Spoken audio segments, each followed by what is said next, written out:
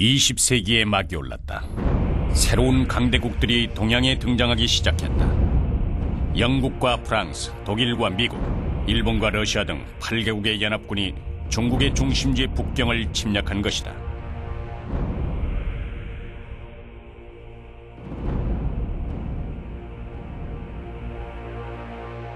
같은 해, 이들은 프랑스 파리에서 개최된 만국박람회에 참가한다. 세계 각지에서 온 수천만 명의 사람들이 이들의 기술력과 발명품에 주목했다.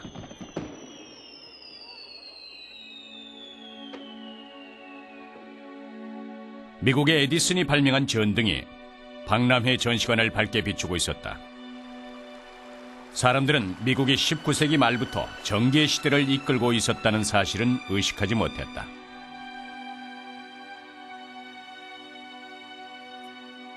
산업화길에 오른 서유럽과 북아메리카, 그리고 농업에 머물러 있던 많은 나라들도 새로운 세기를 맞이한다. 이 시기는 발전이 급속도로 이루어지는 혼란스럽고 불안한 시기였으며, 새롭게 부상한 강대국과 지난날의 강대국들이 서로 충돌하는 시기였다. 새로운 한 세기, 미국은 파리에서 선보였던 눈부신 불빛으로 다른 강대국들을 위협하기 시작했다. 그러나 동시에 미국의 경제에도 심각한 위기가 다가온다.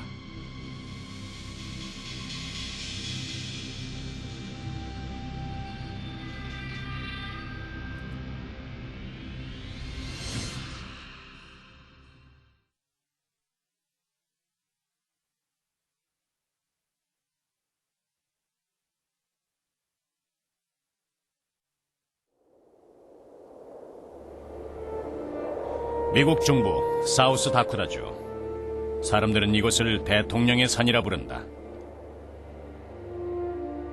70여 년 전 미국인들은 미국을 상징하는 4명의 대통령을 선정했다. 나라를 건국한 국가원수 조지 워싱턴, 독립선언서를 발표한 토마스 제퍼슨, 흑인 노예를 해방시킨 에이브러함 링컨과 20세기 첫 대통령 테오도어 루즈벨트가 그 주인공들이다. 1894년 세계 최대의 경제 강국으로 발전한 미국은 기적적인 초고속 성장을 기록해왔다. 이 시기의 대통령은 가벼운 마음으로 나라를 다스릴 수 있으리라 생각했다. 그리고 테오도어 루즈벨트는 대통령으로 취임한 다음 해부터 정부가 경제를 관리 감독하는 정책을 실시한다. 일관되게 자유경쟁을 주장해온 미국 역사상 최초의 일이었다. 게다가 정부의 관리 감독 대상은 시장을 독점해온 대기업과 대재단이었다. So Theodore Roosevelt was particularly big on kind of restricting that tendency, busting trusts, as it were, really a precursor to more modern antitrust legislation. 몇 년 사이 수십 개 트러스트 기업이 기소되었고 일부 기업은 해체됐다. 미국에서 최초로 세워진 트러스트 그룹인 스탠더드 석유회사도 표적이 됐다. 루즈벨트 대통령의 목적은 무엇이었을까? 이것은 미국의 발전에 어떤 영향을 주었을까? 존 데이비슨 록펠러는 뉴욕 서부의 한 농장에서 태어났다. 16살 때 회계사로 취직을 했는데 사장에게 봉급 인상을 요구했다가 거절당하자 스스로 상점을 차리고 장사를 시작한다. 미국 동부 펜실베니아주에서 석유가 발견되자 정유 산업의 미래를 예상하고 있던 록펠러는 1870년 스탠더드 석유회사를 설립한다. 그리고 9년 후 스탠더드 오일 트러스트 그룹이 탄생했다.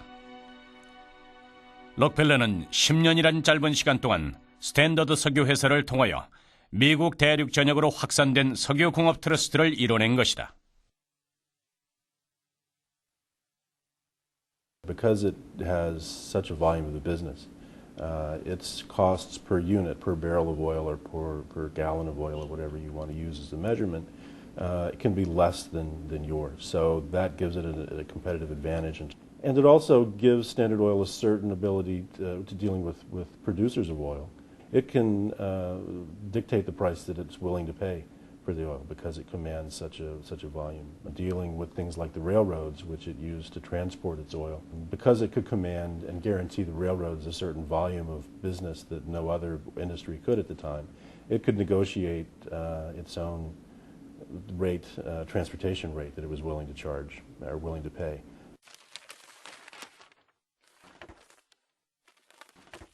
유전, 운반 및 생산에 대한 통제를 자신의 손안에 넣은 록펠러는 야심찬 꿈을 갖게 된다. 미국 전 지역의 석유 공급을 독점하려는 것이었다. 그는 한 송이의 아름다운 장미를 얻기 위해서는 주위의 잔가지들을 잘라내야만 한다고 말했다.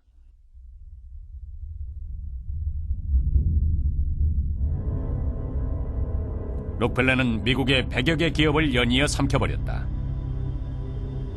1890년 이 석유 대왕은 미국 내에서 생산 거래되는 석유 시장의 90%까지 독점하게 된다.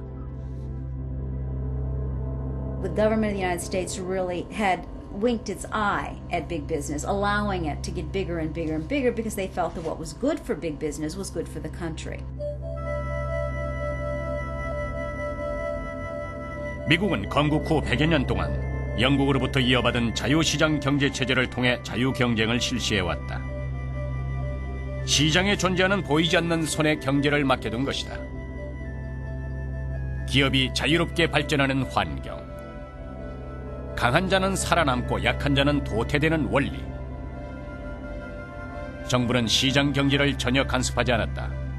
기업은 합병, 매수를 통해 시장 및 가격을 통제할 수 있었고 안정된 이익을 챙길 수 있었다.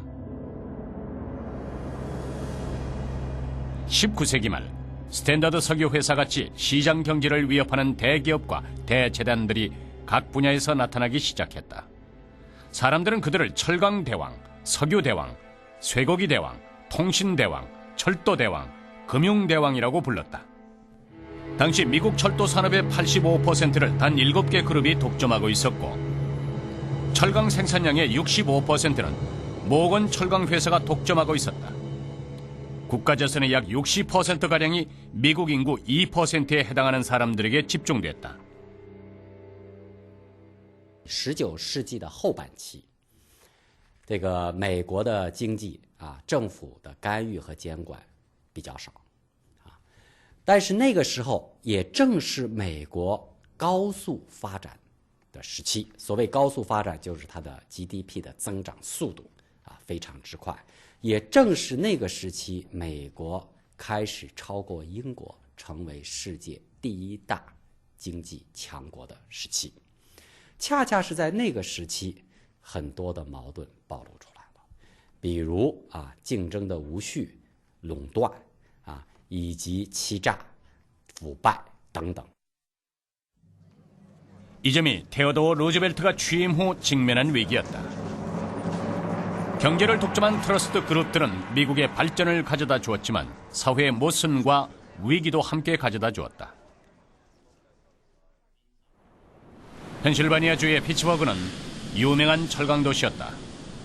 피츠버그의 번창은 뿌옇게 일어나는 먼지의 양으로 가늠할 수 있었다.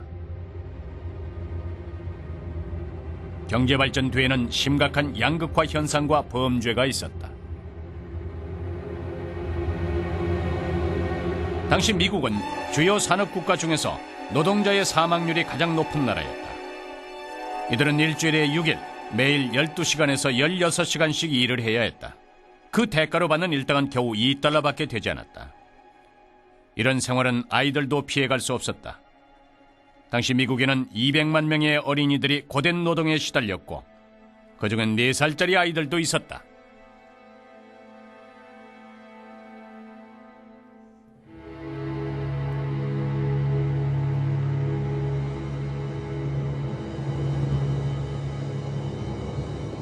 힘든 노동뿐만 아니라 광산 붕괴, 화재 등의 산업재해가 빈번히 일어났다. 뉴욕 한 의류 공장에서 일어난 화재는 그 심각성을 더하게 했다. 작업시간 동안 노동자들의 출입을 막았던 공장의 문이 146명의 생명을 앗아간 것이다. 在资本主义发展的一定程度的时候，各种各样的坏事都出来，而且这个工人的这个劳动条件非常不好，还有就是矿难不断发生，这个特别是煤矿，这一类的煤矿爆炸的事情，还有油田的这种工作条件之糟糕，美国城市的各种各样的弊病就出来了。 자유시장 경제는 야생마처럼 한 세기를 질주했다. 그리고 후유증이 나타나기 시작했다. 독점은 자유시장 경제의 산물이었다. 독점은 대량의 경제 자원을 집결시켰고 심각한 사회 문제를 초래했다. 노동자들이 이익과 사회 평등을 파괴했고 중소기업의 성장을 방해했다. 수많은 중소기업들이 대기업의 그늘 속에서 파산했다. 도시에는 빈민 인구가 급증하기 시작했다.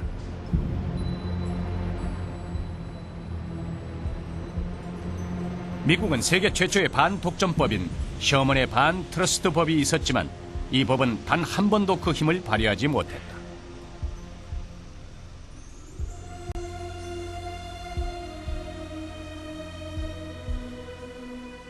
In the latter part of the 19th century, a group of Americans, mostly middle class, began to think about ways in which the vast majority of the American people could benefit from the great industrial growth that was happening in the United States.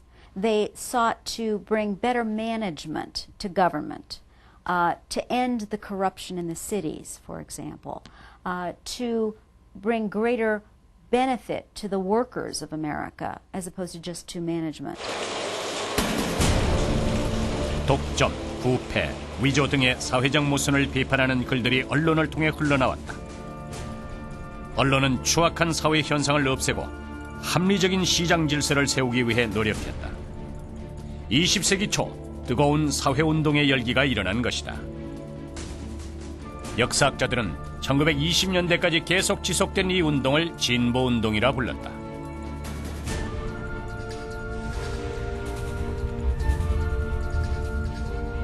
필라델피아주의 서북부에 위치한 엘러게니 대학. 이곳은 진보운동 시기에 유명했던 기자 아이다 타벨의 모교다. 이 학교에는 그에 관련된 자료들이 그대로 보관돼 있다. 그는 어려서부터 펜실베니아주의 석유 생산 지역에서 자랐다. 그의 아버지는 이곳의 한 생산업자였다.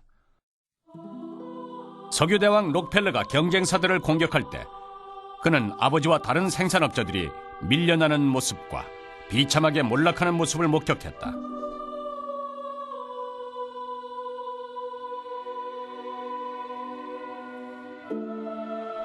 타벨은 대기업들의 숨겨진 비리에 대해서 치밀하게 조사하고 폭로하기 시작했다. 그는 2년 동안 장편 시리즈 스탠더드 석유회사의 역사를 보도하면서 이 석유대왕이 어떤 잔인한 방법으로 부를 쌓았고 독점 제국을 세웠는지에 대해서 상세히 보도했다. 후에 이 내용으로 출판된 책은 베스트셀러가 된다. 진보운동의 시기에 타벨처럼 사회 폐단을 폭로하는 사람들을 더러운 오물을 파헤치는 사람이라고 불렀다. 扒粪者就是就要把这些臭不可闻的事情把它扒出来，让它晒晒太阳，见见天日，就是等于就是当时的这个新闻专门揭丑，就把一些当时最暗无天日的事情给它揭出来曝光。 타벨은 막강한 석유 제국의 도전장을 냈고 사회적인 공감대를 불러일으켰다. 수많은 진보 인사들이 신문과 영화, 라디오 방송 및 만화를 통해서 미국 정부와 사회의 의문을 제기했다. 우리에게 어떤 경제 발전과 어떤 진보가 필요한 것인가?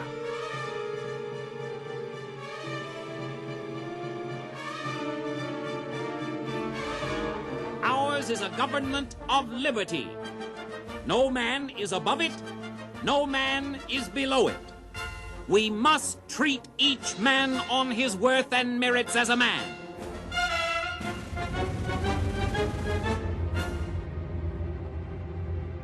테오도어 루즈벨트 대통령 또한 이 질문에 빠졌다. 경제 분야로부터 시작된 첨예한 갈등과 진보적인 지식인들의 질의. 이것은 정부에게 던져진 또 하나의 도전장이었다.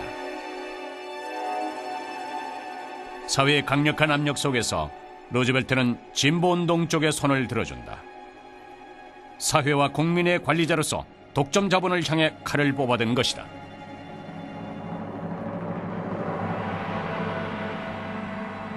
President Teddy Roosevelt being really forced to regulate business in ways that perhaps he was initially reluctant to do. Public pressure was too great. He couldn't afford not to do something. And the president made it known that Standard Oil was going to pay for its sins. And Standard Oil really was, I think, a model for what the rest of these monopolies had to look forward to if they didn't toe the mark. And so the government began its case against Standard Oil in 1911. 1911년 미국 최고 법원은 스탠더드 석유 회사가 셔먼의 반트러스트 법을 위반했고 자유 경쟁을 방해했다고 판결한다. 한때 명성을 날리던 석유 제국은 여러 개의 작은 회사로 강제 해체되고 말았다. 오늘의 엑슨모빌, 모빌사가 모두 스탠더드 석유 회사의 분신 회사들이다.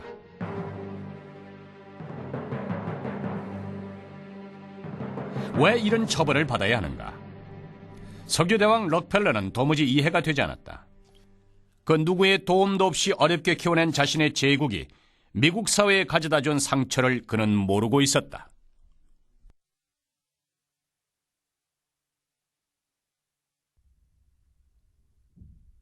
垄断非常不能被人接受，就是破坏了机会的平等。因为一个垄断企业在市场中，因为它已经进入的这种优势，占据了一个非常有利的强势的地位，这样就隐含地排除了很多人想进入这个领域的权利。因此，在这一点上来讲，机会的平等会大大的降低，所以这是人们感到非常的不可接受特别是在美国，自由的选择以及平等的机会，这个是被认为是至高无上的，哪怕牺牲一些效率，也要保证机会的平等。 테오도어 루즈벨트의 재임 기간 동안 연방정부는 40여 개의 회사를 상대로 소송을 걸었다. 쇠고기 트러스트, 석유 트러스트, 담배 트러스트가 사법부의 결정 아래 강제 해체됐다. 헌법을 통해서 독점을 규제하는 정부 원칙이 수립된다. 연방정부는 관리국을 만들고 트러스트 관련 소송 사건을 전문적으로 처리하도록 했다. 그 후 반트러스트 법은 연방정부가 추진한 장기적인 경제정책으로 자리잡았다.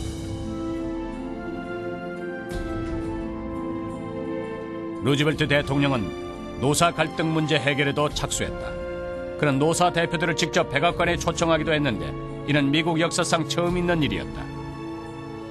일부 주정부에서도 노동자의 권익을 보호하는 법률 조항을 내놓았고 산업재해에 대한 보상 기준과 평균 노동시간도 정했다. 국민생활과 직접 관련된 기업에 대해 관리 감독을 시작했고 공개 청문회 제도도 세웠다.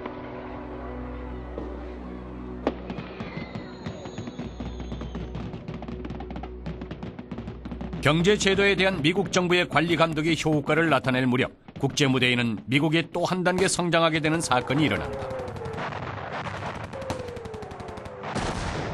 1914년 폭발한 제1차 세계대전. 유럽으로부터 밀려드는 군수 물품과 철강 제품의 주문으로 미국의 산업 생산은 활발해진다. 제1차 세계대전에서 미국은 영국, 프랑스 등과 함께 승전국이 된다. 전쟁 전 채무국이었던 미국은 전쟁 후 유럽의 채권국가로 변했다. 그리고 세계 40%의 자산을 소유하게 된다. 1919년 우드로 윌슨 미국 대통령은 야심찬 계획을 세우고 유럽으로 떠난다. 파리에서 열린 평화회의에 참석하기 위해서였다. 하지만 각국의 이해관계로 인해 의견 일치를 보지 못했다. 전쟁 후 국제 질서를 지배하려던 미국의 계획은 이렇게 수포로 돌아가고 말았다. 하지만 유럽에서도 정치적인 입지를 굳힌 미국은 아메리카 대륙으로 돌아가 또 다른 준비를 하기 시작한다.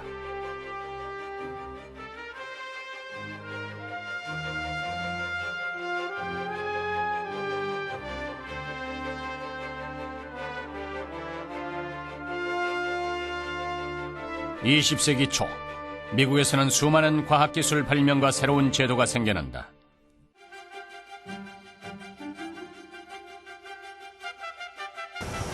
(1903년) 라이트 형제는 12마력의 힘을 가진 비행기를 제조한다. 역사상 최초의 동력 비행기가 탄생된 것이다. (1913년엔) 미국 정부가 주도한 파나마 운하가 정식 개통됐다. 무역 장벽은 폭발음과 함께 사라졌고 대서양과 태평양은 하나가 됐다.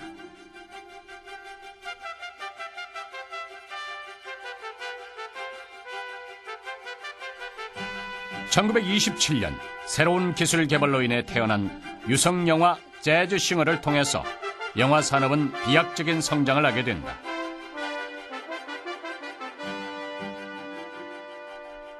공업 분야에서는 포드식 생산 방식이라는 신화적인 창조를 이뤄냈다.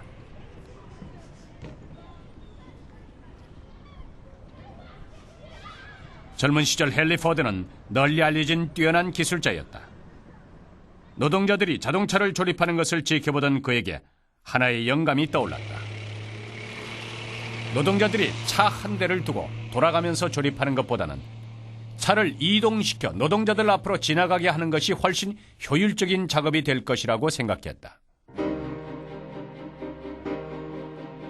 1913년 8월 어느 날 아침, 노동자들은 처음으로 자신들 앞으로 이동하는 자동차의 부품을 맞춰 넣었다. 표준화, 어셈블리 라인과 체계적인 관리가 하나로 통합된 대규모 생산이 시작된 것이다.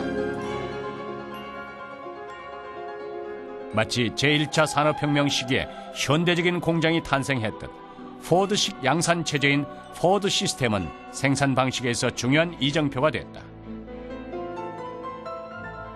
포드는 당시 세계 최대의 자동차 공장을 세웠다. 대량의 자동차 부품들이 컨베어 벨트를 타고 한쪽으로 들어가면 반대편에서 T형 자동차 2,500대가 완성돼 나왔다. 당시 이 공장에서 일한 노동자만 무려 8만 명에 달했다. 1924년 1000만 번째 T형 자동차가 생산됐을 때 최초 $800였던 판매 가격이 $290로 낮아졌다. 이때부터 미국은 집집마다 자동차를 갖게 됐다.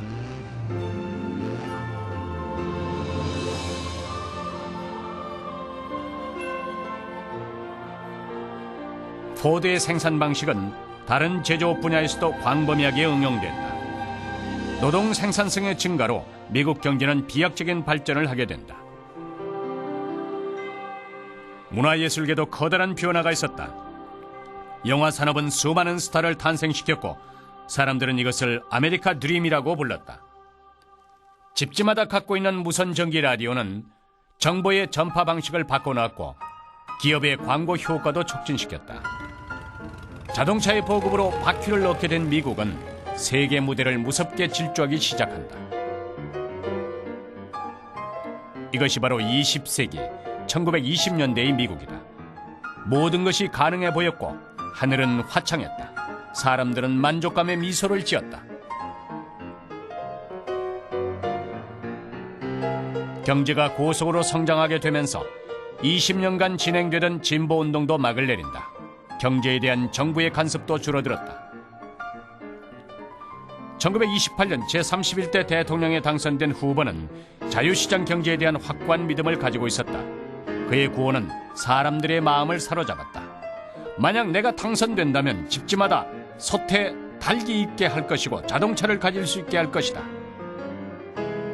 1920년대의 미국은 경제 성장이 가져다준 여유를 한없이 누리고 있었다. 뉴욕의 증권 거래소에서는 모든 주식이 끝없이 상승하고 있었다. 미국의 장밋빛 미래를 의심하는 사람은 아무도 없었다. 하지만 이 꿈은 얼마 지나지 않아 산산조각이 나고 말았다.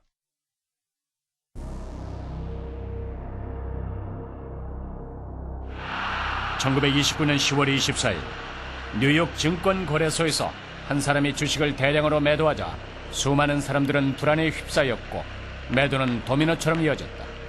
수습이 불가능한 상황으로 치달았다. 하루 만에 주식시장은 붕괴됐고 300억 달러를 초과하던 시가는 거품처럼 꺼졌다. The collapse of the stock market meant confidence, investment was eliminated.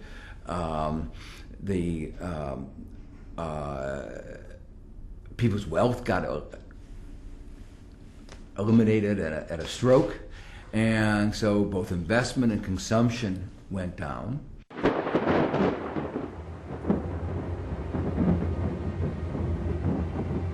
주식시장의 붕괴는 경제 발전의 적신호다. 800개의 은행이 파산했고 900만 개 예금 통장이 사라졌다. 사람들의 재산이 순식간에 없어진 것이다. 2년이란 짧은 기간 동안 미국의 경제 위기는 14만 개 기업의 부도를 초래했고 인구의 4분의 1에 달하는 사람들이 길거리로 내몰렸다.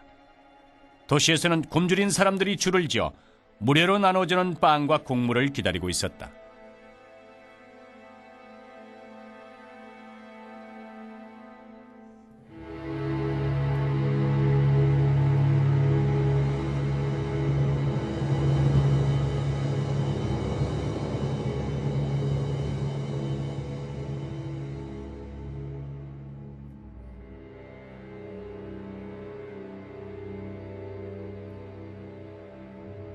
(1929년) 1,040억 달러였던 미국의 국민 총생산액은 1932년에 580억 달러로 떨어졌다. 미국의 재산이 반토막이 난 것이다. 고속으로 성장하던 경제는 폭격을 맞은 탱크처럼 갑자기 멈춰섰다. 전례 없던 성장이 전례 없던 위기로 전락했던 것이다. 이 위기는 미국을 출발하여 영국, 독일 등 주요 유럽 국가들을 강타했고 세계는 경제 공황에 빠졌다.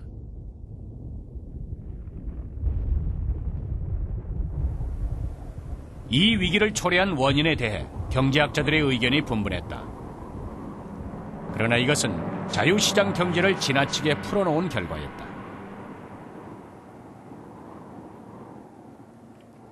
절망의 먹구름이 미국을 뒤덮었다. 출구를 찾지 못하고 비관하던 사람들은 갓 세워진 워싱턴 다리 위에서 뛰어내렸다. 당시 세계 각국의 언론들은 1930년대 초반의 상황을 이렇게 표현했다. 이것은 공포다. We had come through a terrible depression with huge unemployment, and that created terrible anxiety. Lots of people had friends or relatives who were unemployed. Many people who were not used to depending on government handouts. 이 엄청난 공포는 어떻게 해결됐을까? 자유주의 경제 방식을 믿어왔던 후보 정부는 100여 년 동안 실시해온 자유시장 경제가 기적적인 발전을 이루어온 것처럼 이 위기도 극복할 수 있으리라 믿었다. 그러나 후보 정부의 기대는 어긋나고 말았다. 대공황은 계속됐고 국가는 혼란의 구렁텅이로 빠져들었다. 1,700만 명의 사람들이 직업을 잃었고 200만 명의 사람들이 길거리에서 노숙자 생활을 하고 있었다.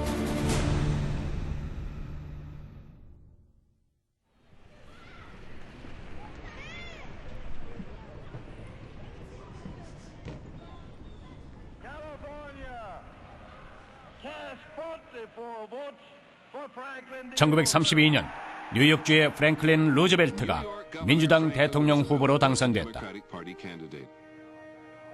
30년 전 진보 정책을 추진했던 테오도 루즈벨트 대통령이 그의 작은 아버지였다.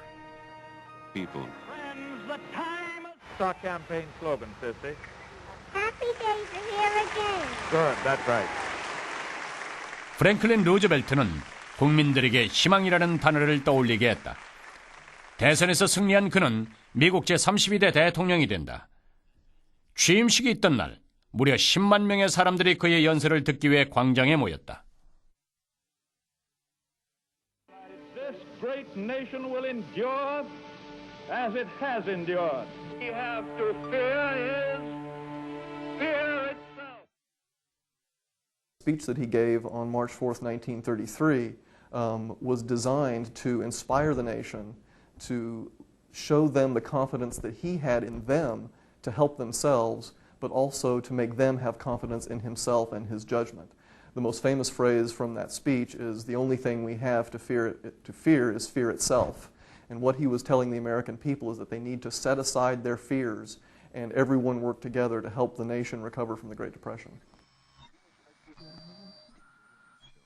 대통령에 취임한 프랭클린 루즈벨트의 목소리가 라디오 스피커에서 흘러나왔다. 국가가 직면한 어려움과 정부가 앞으로 어떤 도움을 줄 것인가에 대한 얘기였다. 사람들은 라디오를 켜고 난로 옆에 앉아서 대통령의 연설을 귀담아 들었다. 사람들은 이것을 난로 옆에 담화라고 불렀다.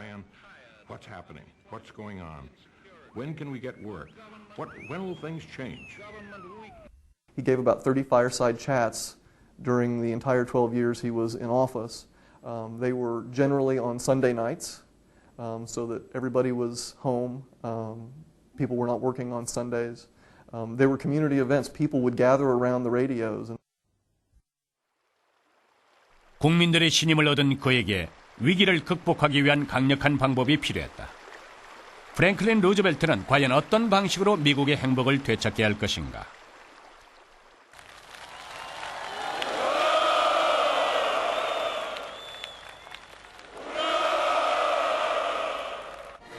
서방 국가들이 경제 위기를 맞고 있을 때 새로 탄생된 국가 소련의 풍경은 황홀했다.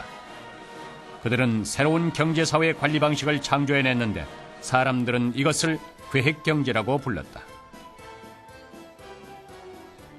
1928년부터 1932년까지, 즉 서방의 자본주의가 위기에 처해 있었던 몇 년 동안 소련은 첫 번째 5개년 건설 계획을 실시한다.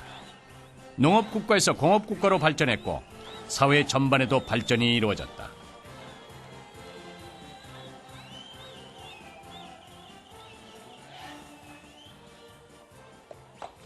서방의 정치가들은 소련의 성공에 주목했다.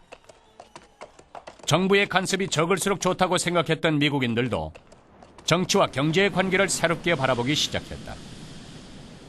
30년 전 테오도어 루즈벨트 대통령이 시도했던 방식, 정부의 관여가 사회 위기를 모면했던 경험에 미국의 관심이 집중됐다. 이 시기 많은 경제학자들은 자유주의 경제에 나타난 시장의 문제점을 발견한다. 영국의 경제학자 케인즈는 이런 대책을 내놓았다. 정부는 보이는 손이 되어 경제에 관여하고 국가의 힘을 경제정책에 이용해야 한다는 것이다. 케인즈는 프랭클린 루즈벨트 대통령에게 편지를 써서 자신의 관점을 전하기도 했다. 당신은 여러 국가를 대표해 실험을 해야 합니다. 현재의 제도가 가진 고질병을 현명한 방법으로 고쳐나가는 실험입니다. 당신은 세계 국민들의 대표가 된 것입니다. With this crash of the economy, it was very clear that capitalism wasn't delivering in the way that many people had hoped. There was a role for government, and this is where the ideas of Keynes became very important. Remember what I said, President Herbert Hoover, many of his advisors said the response was to scale down the government, cut back the government, restore budget deficits, budgets by reducing expenditure. Keynes took just the opposite. He said, no, you need to take an active government intervention, spend more. Deficit spending is what is needed.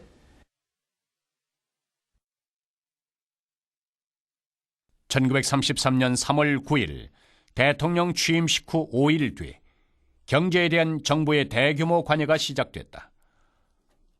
프랭클린 루즈벨트는 이를 새로운 정치라고 불렀다. 그는 효율적인 법률과 정책을 신속하게 내놓았다. 긴급은행법을 통해서 은행 질서를 정돈했고, 긴급구제법을 통해서 구조기관을 설립해 빈곤에서 허덕이는 사람들을 돌보게 했다. 농업조정법을 통해서 농산품 가격 회복을 도왔고, 전국 산업부흥법을 통해서 경제 복구에 자금을 투자했다. he realized there was something that the government needed to do, and that it was an extraordinary time in which one needed extraordinary measures. So he created a whole set of government programs to build roads, to address needs that America really had. But at the same time, in doing that, stimulate the economy. 1933년 테네시강 관리국이 설립됐다. 국가의 지도와 정부의 투자로 이 유역에 20개의 새로운 댐을 건설했고 원래 있던 5개 댐을 복구했다.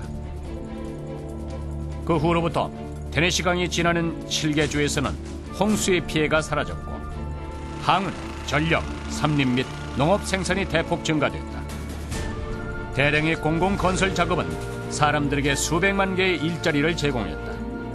경제위기가 가져다준 사회 불안을 노동을 통해서 해소한 것이다.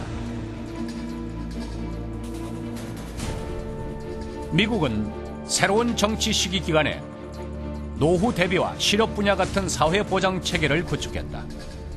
대통령이 추진한 사회 혁명과도 같았다. 정부가 생활 속에 광범위하고 깊숙하게 개입한 미국 최초의 경험이었다.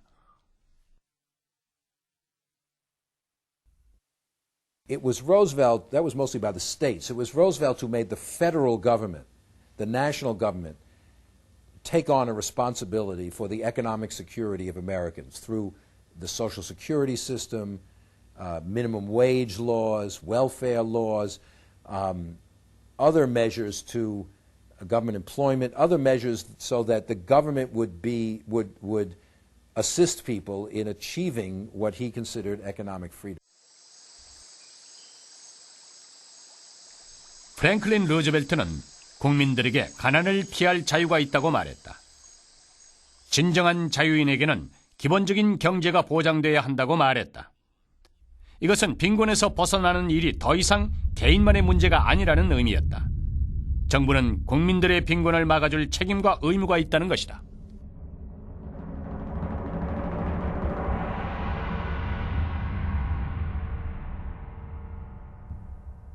过去政府保证的基本人权呢，是说你可以自由的去争取你自己的幸福，至于你争取得来争取不来，政府管不了了。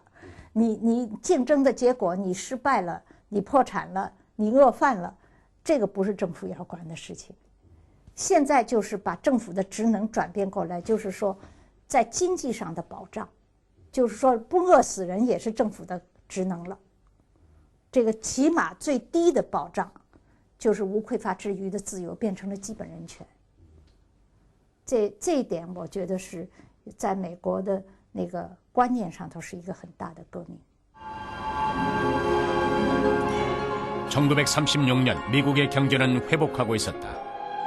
미래에 대한 기대가 또다시 국민들의 마음을 부풀게 했다. 프랭클린 루즈벨트는 미국 역사상 가장 존경받는 대통령 중에 한 명이다.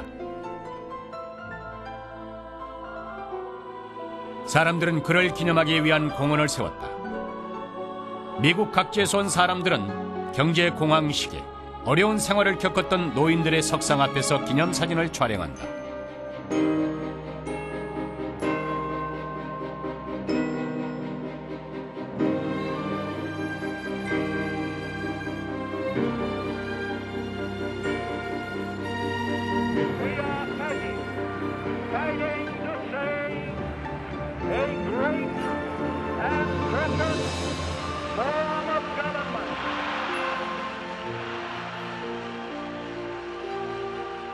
罗斯福其实影响是非常大的啊，在某种意义上，有人说他挽救了这个市场经济，就是说市场经济不是说没有毛病，出了一些毛病，在30年代的时候，那么他引进了一些新政然后他这个使得市场经济又回到了一个比较健康发展的轨道。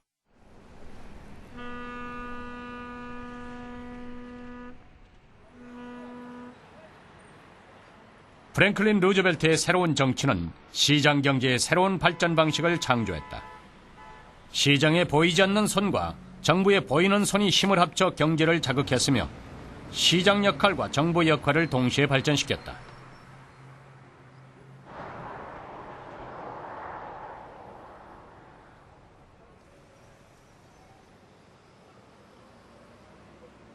미국 경제가 호전되고 있을 때 국제 무대는 먹구름에 쌓여 있었다. 영토 확장과 자원 약탈을 목적으로 한 일본이 1937년 전면적인 중국 침략을 시작했고, 유럽의 독일은 1939년 폴란드를 침략했다. 제1차 세계대전 종결 20년 만에 제2차 세계대전이 폭발했다.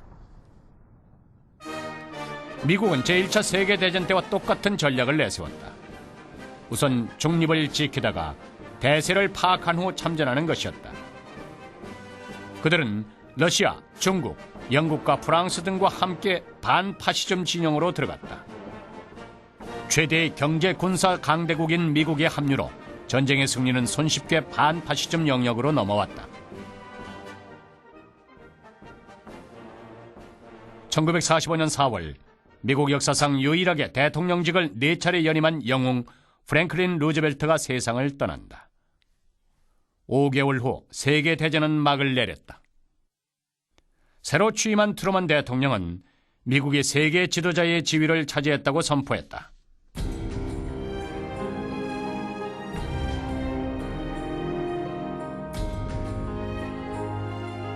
두 차례의 세계대전은 신흥대국 독일과 일본에 심각한 타격을 준 동시에 전통적인 대국 영국과 프랑스가 가지고 있던 세계 패권국의 지위도 빼앗았다.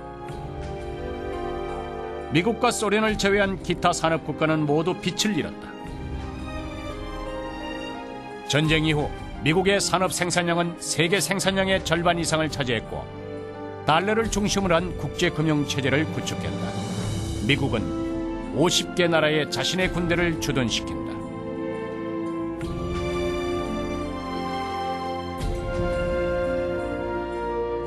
제2차 세계대전은 미국 역사의 새로운 전환점이 됐다.